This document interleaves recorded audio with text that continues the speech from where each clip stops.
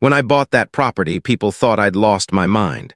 It sat at the edge of a sleepy neighborhood in northern Georgia, a cracked old cabin, a yard full of weeds, and a patch of dry, cracked earth where a lake used to be. Most folks in the area didn't even call it a lake anymore. They called it the ditch. But to me, it wasn't just mud, it was potential. See, I'd spent half my childhood on lakes, fishing with my dad, skipping stones till sunset, learning patience from the water. So, when I found that forgotten piece of land for sale at a price lower than a used car, I didn't see the mess. I saw a quiet spot waiting for someone to care again. The first time I walked down there, it was early spring. The air was cool, heavy with pine, and the ground crunched under my boots. The lake bed was dry enough to walk across. There were broken beer bottles, old tires, and what looked like the skeleton of a rowboat half buried in the mud. But right in the center, I could see a trickle of water still moving, just enough to prove the spring beneath was still alive. I remember squatting down, running my hand through that little stream and saying out loud, "You're not dead yet." So I got to work. It started small. I brought in a rented backhoe and dug out the clogged drainage pipe that had been buried for years, cleared away brush, hauled off junk, and patched the small dam wall on the north end. Every evening after work, I'd drive out there, crank up some country music, and work until dark with nothing but crickets and the smell of wet dirt for company. Neighbors would slow down when they drove by. At first, they waved. Then when they realized I wasn't just cleaning up, I was restoring the whole lake, they stopped waving and started whispering. One afternoon, an old man named Bill walked up while I was shoveling out silt near the shore. He leaned on his cane and said, "You know, son, that lake's been dry since 9. HOA gave up on it years ago." I told him I wasn't part of the HOA. He blinked. "You're not? Well, good luck then. Those folks don't like surprises." I laughed it off, figured he was exaggerating. But something about the way he said it, like he'd seen this movie before, stuck with me. A few weeks later, something incredible happened. The water started rising, not by much, but enough to shimmer under the sunlight. Birds came back first, small ones at first, then ducks, then a pair of herons. I built a rough wooden dock, just a few planks on posts, and sat on it one evening watching the reflection of the trees ripple across the surface. It was peaceful, it felt right. Until the truck showed up. I remember the sound of gravel crunching behind me. I turned around and saw a white SUV with the words Lakeside Estates HOA printed on the door. A woman in a bright pink blazer stepped out, clutching a clipboard like it was a weapon. Short blonde bob, sunglasses too big for her face. She had that look. The kind of person who corrects strangers at the grocery store for standing too close to the apples. "Excuse me," she called out, walking toward the dock like she owned it. "Are you authorized to be doing this?" I blinked. "Doing what?" "Altering community property," she said, flipping through her papers. "This lake belongs to Lakeside Estates Homeowners Association." I stood up, wiping my hands on my jeans. "Ma'am, this lake's on my deed. Always has been. Your HOA starts at the road. This is private property." She frowned like I'd just spoken a foreign language. "That can't be right. The HOA charter lists this body of water as part of the community's natural landscape." "Then your charter's wrong," I said. She scribbled something on her clipboard, took a few photos, and said, "You'll be hearing from us." I thought she was bluffing. That night, I sat on my porch watching the moonlight hit the new water line, feeling proud and maybe a little amused. I'd restored something everyone else had forgotten. The ducks floated quietly, the wind rustled through the trees, and for the first time in years, that little valley looked alive again. But when I walked down to the dock the next morning, something bright caught my eye. There, stapled right to one of the posts, was a yellow notice. It read, "Unauthorized construction. Cease and desist immediately. HOA Code 724, alteration of shared property." There was no signature, just the HOA seal. I stood there for a long minute, the paper flapping in the breeze, feeling a strange mix of disbelief and irritation. I'd spent months bringing this place back from the dead, and now someone who didn't even own it wanted to claim it. That was the moment I realized this wasn't just a misunderstanding. It was the beginning of something bigger, something I hadn't asked for but was about to face head-on. Because if there's one thing I've learned about homeowners associations, it's this: they don't care about right or wrong. They care about control. And they had just picked the wrong guy to mess with. The next morning, I woke to the sound of gravel crunching in my driveway. I peeked through the blinds and saw the white SUV again. That same overly polite but threatening aura radiating from the driver's side. I sighed. Guess I should have known the yellow notice was just the beginning. The woman from yesterday stepped out, clipboard in hand, like she was the sheriff of property crimes. I later learned her name was Karen from the HOA. Everyone called her the clipboard queen behind her back. Honestly, it fit. She marched up to my dock without so much as a greeting and started rattling off rules. You're in violation of Section 724, subsection C, regarding alterations to community water features. Unauthorized construction can result in fines and legal action. Are you aware of that? I leaned on the railing, trying to hide my amusement. Section 724, subsection C? Ma'am, this lake is on my land. My deed is clear. You can check it if you want. She gave me that look, like I'd just stepped on her petunias.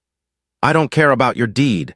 The HOA has rules about maintaining the aesthetic and integrity of shared resources. I raised an eyebrow.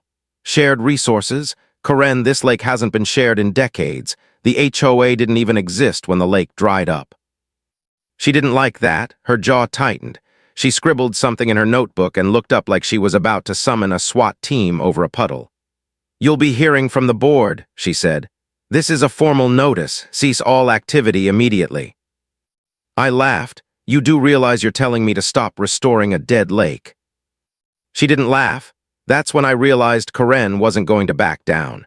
She had that kind of determination that only comes from someone who truly believes she's entitled to everything she sees from her front porch. And maybe she was right for the wrong reasons.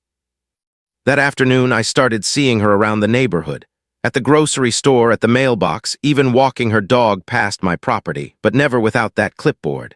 She began making calls, apparently letting the neighbors know about my illegal activities. One of them even waved at her, and she waved back, all smiles, then whispered something like a secret warning. I tried to brush it off, focused on the lake.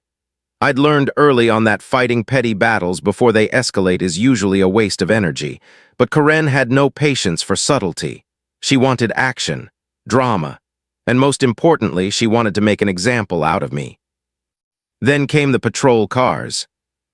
It was late morning. I was hauling a wheelbarrow of mud when I heard the unmistakable sound of sirens. 2 sheriff's vehicles pulled up to the edge of my property. I froze for a second, thinking maybe a neighbor had called about an accident. Then I saw Karen waving them over from the roadside. The deputies stepped out, looking puzzled. One of them approached me, notebook in hand. Sir, we received a 911 call about possible illegal activity at this water body. I blinked. Illegal activity, I'm just restoring a lake. The officer looked at Karen. She was gesturing wildly, telling a story that sounded like it had been rehearsed. He's diverting water from a public source, causing flooding in the community. He's disturbing wildlife, she said, ticking points off on her fingers. The deputy turned to me, raised an eyebrow and said, "Really?" I shrugged. Do you see any flooding? I gestured at the slowly rising water. Ducks paddled peacefully in the center. That's wildlife, that's nature. He gave Karen a look that could only be described as polite disbelief. Ma'am, are you sure about this? She straightened up. I have evidence. She pointed at her phone, still filming. The officer sighed, shook his head and said, Sir, as long as you're on private property and not causing harm, there's nothing we can do. Ma'am, you need to leave the property. Karen huffed, muttered something under her breath about abuse of communal resources, and stomped back to her SUV. The deputies waved at me as they left, probably suppressing laughter. I thought that would be the end of it. I even joked to myself that I should get a 911 approved sticker for my dock. But when I went to the mailbox that evening, a large envelope waited for me. The return address, the county zoning office. Inside, a formal notice cited unpermitted alterations to waterways, and demanded I submit plans for approval within 10 days or face fines. That's when I realized Karen's clipboard crusade wasn't just harassment anymore. It had legs, and she was willing to run with it straight to county officials. I stared at that envelope for a long time, the evening sun glinting off the water I'd worked so hard to restore. The ducks quacked as if agreeing with me. This was getting serious. And that's when it hit me. This wasn't about the lake anymore. It was about control. Karen wanted to prove that the HOA could dictate what happened on my land, even though legally it wasn't theirs to touch. And if she thought she could bully me into compliance, she clearly didn't know who she was dealing with. Because by the end of that week, I had already started making a plan, not just to protect the lake, but to fight back in a way Karen would never forget. The sound of sirens hitting my gravel driveway that morning could have been straight out of a bad movie. I was halfway down the dock, wheelbarrow full of mud, when I realized it wasn't imagination. 2 sheriff's vehicles screeched to a halt, tires kicking up dust and loose gravel. And there she was, Karen, the clipboard queen herself, waving frantically from the roadside like she had just discovered a crime scene in her backyard. I froze for a second. Part of me wanted to run and grab a fishing pole, like maybe if I looked casual enough, they'd assume nothing was wrong. But that would have been ridiculous. I had nothing to hide. I was literally restoring a lake, not robbing a bank. The deputies got out, looking around like they'd been called to a natural disaster. One of them stepped forward, notebook in hand. "Sir, we received a 911 call regarding possible illegal activity at this water feature." I blinked. "Illegal activity?" I gestured to the lake. "I'm just restoring it. There are ducks. You can even see the herons on the far side." The officer squinted, trying to reconcile what he'd been told with what he was seeing. "Ma'am, did you report this?" Karen stepped forward, arms crossed. "Yes, this man is diverting water from a public source, flooding the community, disturbing wildlife. It's a serious violation." She waved her phone like a flag. "I have evidence." The deputy glanced at me, then at the slowly rippling water and the ducks. He raised an eyebrow. "Flooding? Really?" I shrugged, leaning on my shovel. "Well, the ducks don't seem to mind, neither do the fish. The only thing flooding is your imagination." Karen gasped, affronted like I'd insulted her entire family. The officer tried not to smile. "Ma'am, this is private property. Unless there's immediate danger, there's nothing illegal here. You need to leave." Her face turned red. "Immediate danger? The community depends on me to enforce regulations. This lake is a shared resource." I laughed. "Shared resource? The HOA hasn't touched this lake in decades. I restored it from mud to water. Those ducks are my tenants." The officer shook his head and scribbled a note. Karen huffed, muttered something about abuse of communal property, and stomped back to her SUV. The deputies waved at me as they left, probably trying to hide their amusement. I thought that was the end of it. I went back to hauling mud, whistling to the ducks, imagining that maybe I had just survived the first absurd battle. But life has a funny way of proving you wrong. That afternoon, the mailbox held a large, official-looking envelope. I tore it open. The county zoning office. The letter accused me of unpermitted alterations to waterways and demanded I submit construction plans within 10 days or face fines. The words practically jumped off the page. Violation, noncompliance, penalty. I stared at it, trying not to laugh. Who writes a letter like this over a few inches of mud and water? The ducks quacked as if mocking me. I realized that Karen hadn't just called 911 for fun. She had set a chain of events in motion that could have cost me serious trouble. So I did what any reasonable person would do. I read the entire county code from start to finish, and it turns out I was completely in the clear. My deed, my property lines, every single survey map confirmed the lake was mine, untouched by any HOA claims. The shared waterway nonsense, completely fabricated.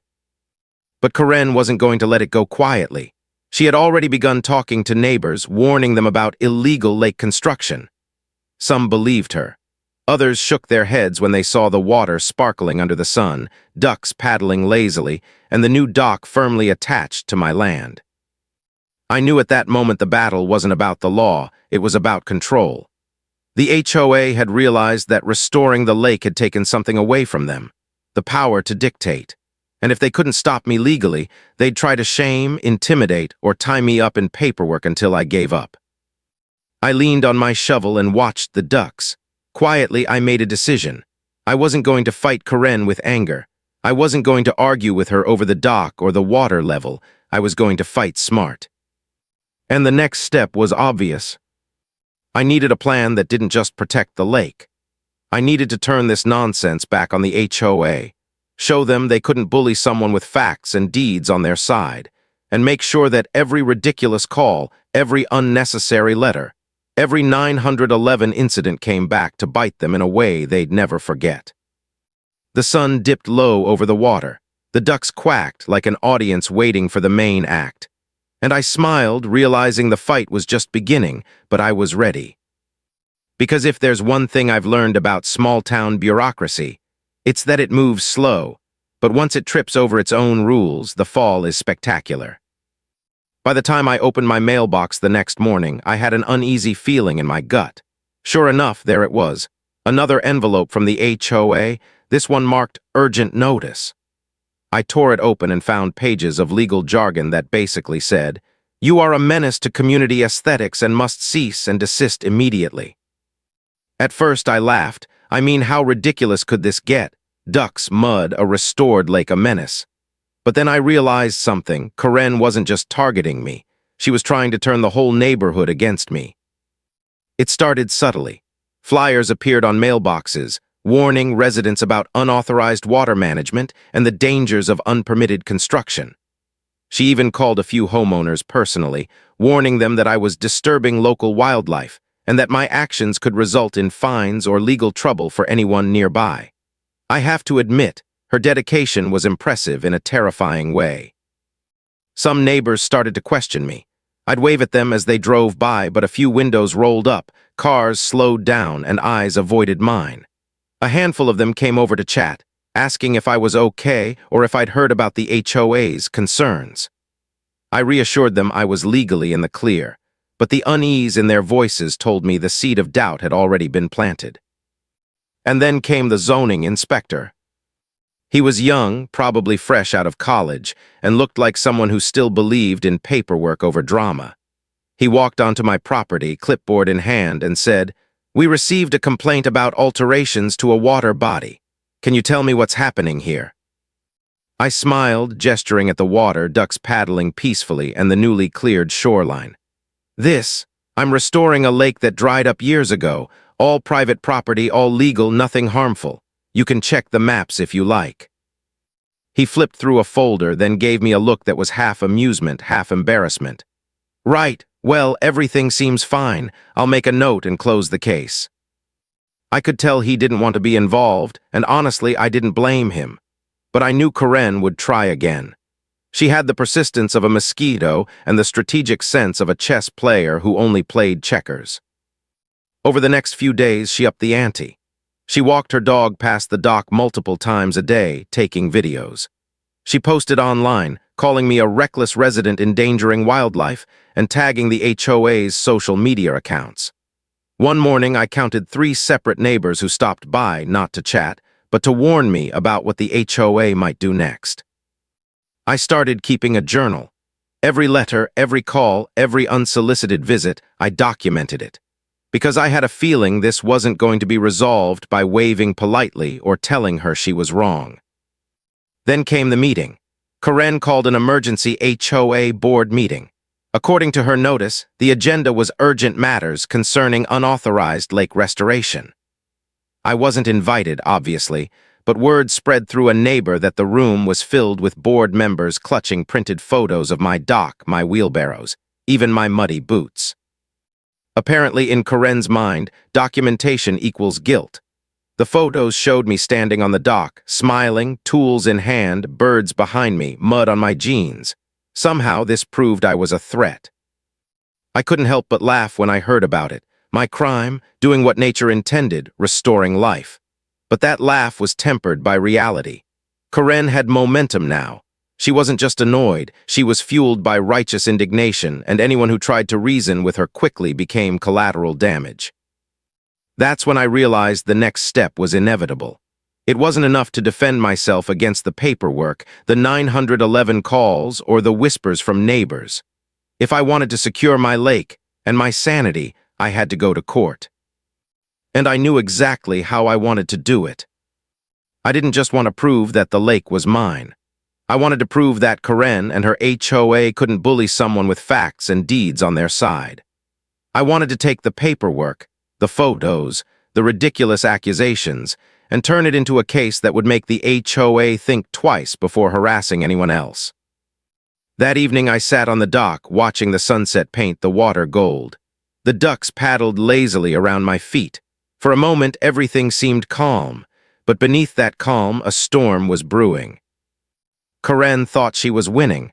She didn't know the real fight was just beginning. And in that moment I made a decision. I wasn't going to just protect the lake. I was going to fight back, and I was going to do it smart. Because if there's one thing I've learned, it's this. People who underestimate you are always the most dangerous. And Karen had no idea she'd just made a very costly mistake.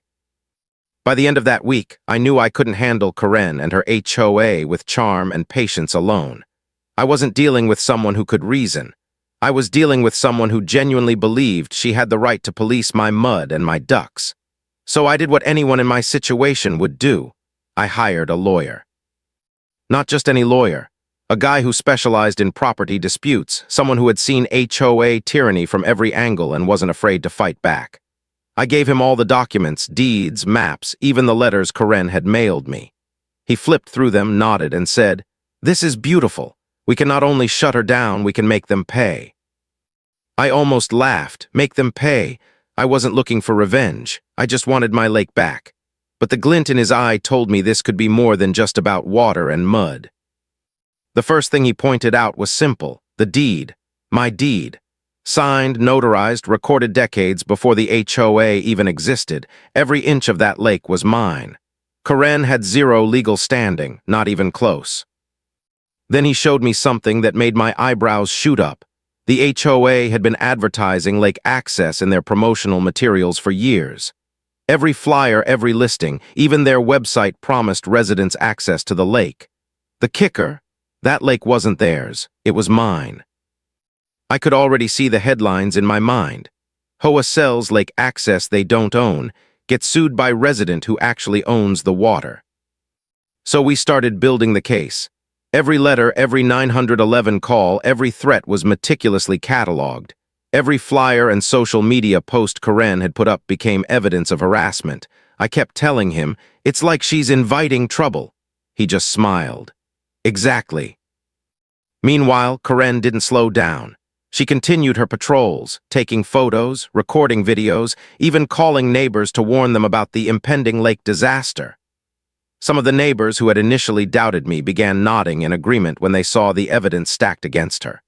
Others stayed silent, clearly nervous about getting tangled in HOA politics. I spent evenings at the lake, not just restoring the shoreline but mentally preparing for court.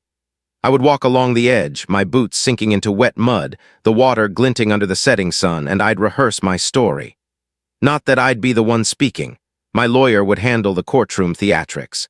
But I wanted to know every fact, every line, every little absurdity Karen had conjured. The ducks seemed to sense the tension. They floated nearby, occasionally quacking as if encouraging me. Sometimes I imagined they were giving testimony in advance, lining up neatly on the dock like tiny, feathered jurors. And then came the pre-trial motion from the HOA. They claimed that I had violated community water standards and that my work on the lake could endanger the entire ecosystem. My lawyer laughed so hard he nearly dropped his coffee. Endanger the ecosystem? This lake was dry mud. You brought it back to life. I had to admit, it was kind of funny, but at the same time it was serious. Karen had the audacity to claim that I, a responsible property owner restoring a lake, was somehow committing a crime. And if I didn't act, they might keep escalating, maybe even find a judge who didn't have a sense of reason. We filed our motion to dismiss their claims and simultaneously prepared a countersuit for harassment and false advertising. Every piece of evidence was ready, every map highlighted, every letter logged. I even included photographs showing the difference between the lake before and after I restored it, proof that the land had been neglected, ignored, and now revived under my care. By the time the court date rolled around, the tension in the neighborhood was palpable. People whispered as I walked past. Some smirked, some looked nervous. And somewhere I knew Karen was gearing up for her performance. She had her notes, her photos, and undoubtedly imagined herself as the savior of the community lake. But she hadn't accounted for one thing. I had the law, the truth, and a little bit of patience on my side. I spent the night before the hearing sitting on the dock, watching the water ripple in the moonlight. It looked peaceful, almost serene. The ducks glided across the surface, oblivious to the storm that was coming. I took a deep breath and smiled. The fight wasn't over, not yet. But for the first time, I knew the tide was turning, and that the HOA didn't stand a chance when facts, evidence, and a bit of stubbornness were on my side. Because this wasn't just about the lake anymore. This was about principle.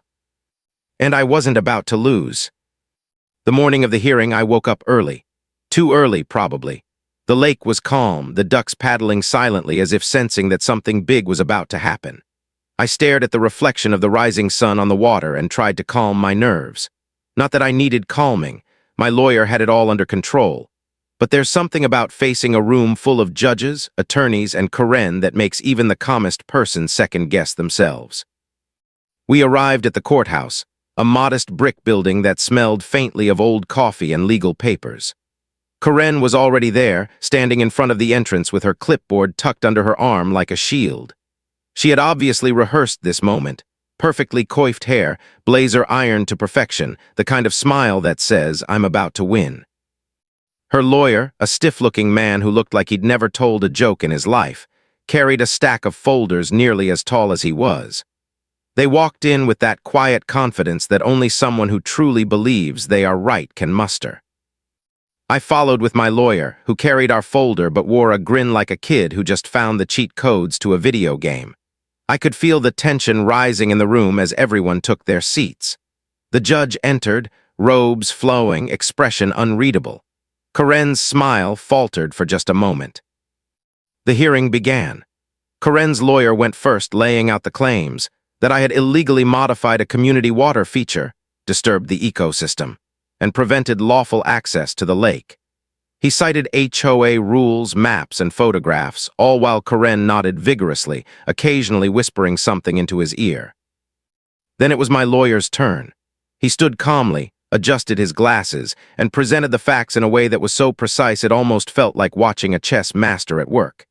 He laid out the deed first, signed, notarized, and recorded long before the HOA even existed. He showed survey maps proving that the lake, dock, and surrounding land were fully within my property lines. Next, he pulled out copies of the HOA's own marketing materials. Flyers, newsletters, website screenshots, all advertising lake access to residents for years.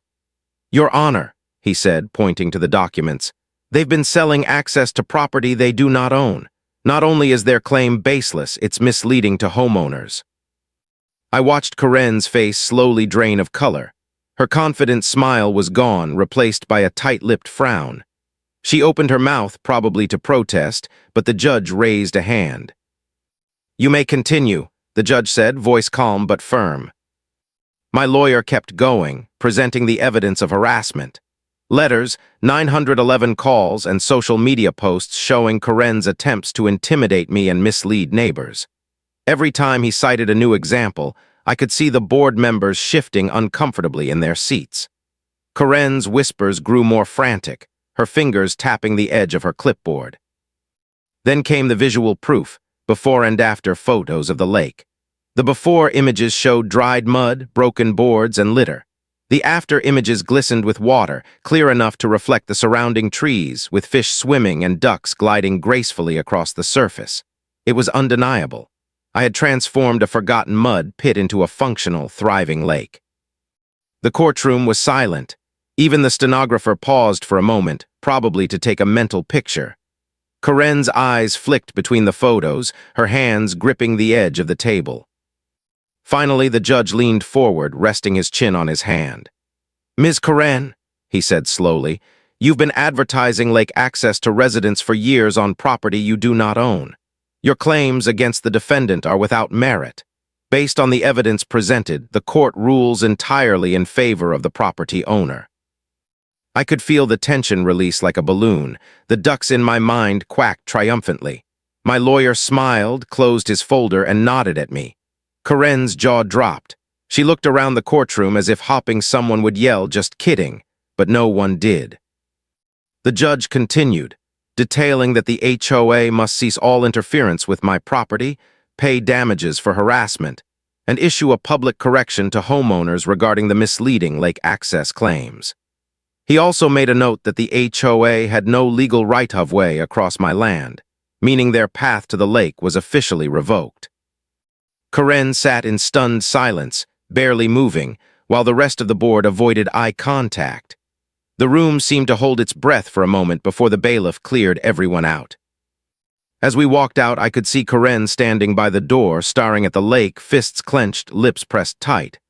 I gave her a small wave. She didn't return it. The ducks, as if sensing the victory, quacked softly in my imagination. I couldn't help but laugh quietly. The fight wasn't over yet, not completely, but the tide had turned decisively. For the first time in weeks, I felt something I hadn't felt since restoring the lake: peace. And a little thrill, knowing that the HOA's reign of control over my property had finally been put in its place. Because when facts, deeds, and a stubborn sense of fairness meet entitlement, only one side comes out on top. The courtroom felt oddly quiet after the judge announced the ruling. Not the kind of quiet that signals resolution, but the kind where you can almost hear the air shifting, like the world itself is waiting to see what will happen next. Karen sat at the edge of the board's table, her clipboard abandoned for once, eyes wide and unblinking. She looked like someone who had just realized the universe doesn't revolve around her. Her carefully rehearsed lines, the frantic photos, the 911 calls, all evaporated in the face of cold, undeniable facts. The judge didn't waste time. He reiterated the decision.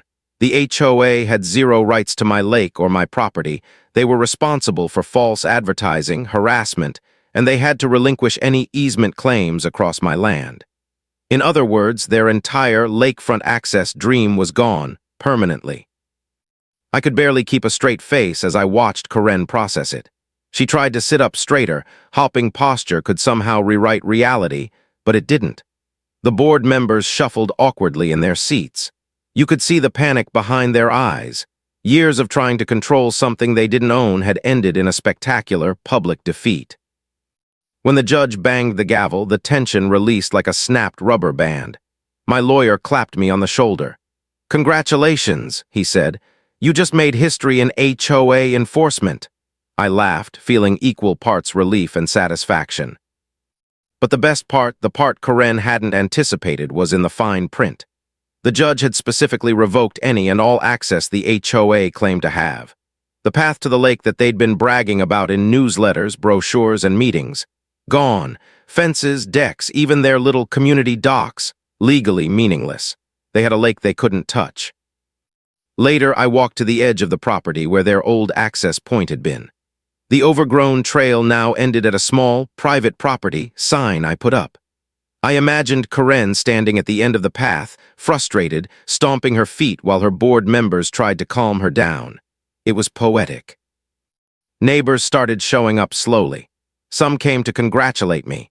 Others just lingered nearby, peeking at the lake, still in disbelief. A few even mentioned that Karen's little stunt had made them reconsider how the HOA operated. For once, I wasn't just protecting my property, I had exposed the absurdity of their control. And then came the humorous part. Word spread quickly in the neighborhood about the ruling. Karen's little empire of authority had been reduced to, well, to nothing. Residents would wave at me while avoiding her, sometimes whispering about the lake that belongs to the rightful owner. I even had one neighbor joke, "Better water that lake before Karen tries to claim it again." I couldn't help but chuckle. After months of tension, harassment, and endless 911 calls, the ultimate revenge had been delivered quietly, legally, and with very little effort on my part. Nature had been restored, the law had sided with me, and Karen's reputation had taken a noticeable hit. The real victory, though, came a week later. The HOA was forced to send a formal notice to all residents, admitting that they had misrepresented access to the lake. It was an official apology tucked in the middle of a bland newsletter, but it was out there, undeniable, and it stung Karen worse than any confrontation could have. By now, the ducks had grown accustomed to their homecoming. They paddled near the dock, completely undisturbed by the occasional neighbor peeking over the fence. I had built a small floating platform for fishing, just enough for me and a few friends to enjoy the water without disturbing the wildlife. And as I sat there one evening, cold drink in hand, I realized something important. This lake was more than water, more than mud, more than HOA politics. It was proof. Proof that standing your ground, knowing your rights, and fighting smart can turn even the most absurd battle into a decisive victory. And Karen, well, she learned a lesson she probably won't forget. Some battles can't be won with clout, spreadsheets, or 911 calls. Some battles, especially those fought with patience, law, and a little stubbornness, can only be won with truth. As I watched the sun dip behind the trees, casting the lake in gold and orange, I smiled. It wasn't just about winning. It was about reclaiming something that was mine, proving that sometimes doing the right thing is its own reward, and watching entitlement crumble in slow motion doesn't hurt either. Because in the end, the lake was calm, the ducks were happy, and I had taken back everything Karen and her HOA thought they could control. And that, my friends, was worth every minute of mud, paperwork, and absurdity. It took a few days for the neighborhood to fully absorb what had happened. The court ruling wasn't just a win, it was a wake-up call. People had watched Karen's crusade crumble, her emails and 911 calls rendered meaningless, her threats officially nullified. Slowly, the whispers turned into nods of acknowledgement, smiles, and even quiet applause when they passed by my property. I walked down to the lake one morning, coffee in hand, watching the sunlight glint off the water. The ducks were already out, paddling lazily near the dock I'd built. The water was clear, reflecting the trees and the sky above, proof that months of hard work, determination, and patience had paid off.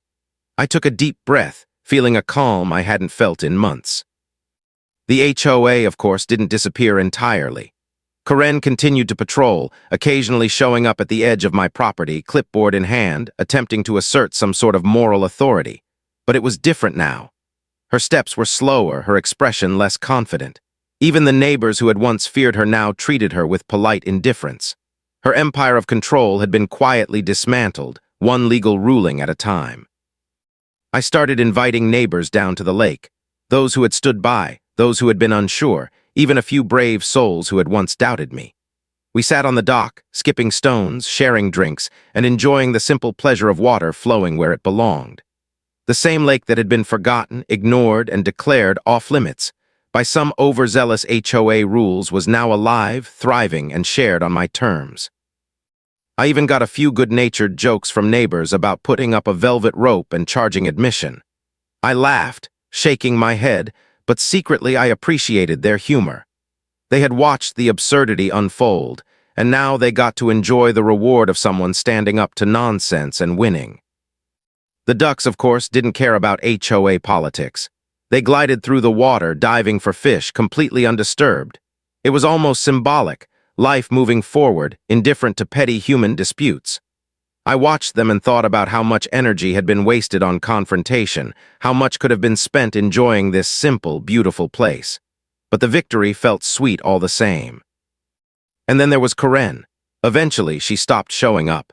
I heard she was demoted from her HOA leadership position after residents demanded accountability for the false claims and harassment.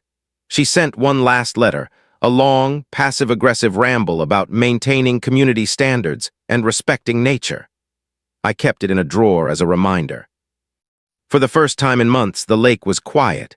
No letters, no 911 calls, no threatening whispers, just water, wildlife, and peace. I spent hours there, fishing, reading, or just staring at the ripples, grateful that my stubbornness, and the law had protected something worth saving. Looking back, it wasn't just about winning a battle with an overbearing HOA. It was about proving that knowledge, patience, and persistence matter. That standing your ground respectfully, but firmly, can turn the tide against people who try to wield authority they don't deserve. And that sometimes, the absurdity of bureaucracy can be turned into a story worth telling, especially when you come out on top. One evening, as the sun dipped below the horizon, the water turning gold and crimson, I sat on the dock and reflected. This lake wasn't just a body of water anymore. It was a symbol of resilience, a reminder that when you fight for what's right, even when it seems ridiculous, you can win. And sometimes the victory comes with a little poetic justice that makes the struggle all the sweeter. The ducks quacked softly, as if agreeing with me, and I smiled. The neighborhood had changed, the HOA had been humbled, and my lake, was thriving again. For months, it had been a battlefield of wills and absurd bureaucracy, but now it was a sanctuary. Quiet, peaceful, and entirely under my care. I leaned back, letting the sun warm my face, and thought about everything that had led to this moment. The mud, the letters, the 911 calls, Karen's relentless crusade, it had all been worth it. Because in the end, the lake was mine, the truth had won, and peace had finally returned. And as I watched the water ripple gently, reflecting the sky and the trees above, I realized something important. Some battles aren't just about winning. They're about reclaiming what's yours and making sure no one can take it from you again. And that, my friends, is exactly what I did. You've heard this confession, now wait until you hear the next one. The truth that shatters everything you thought you knew.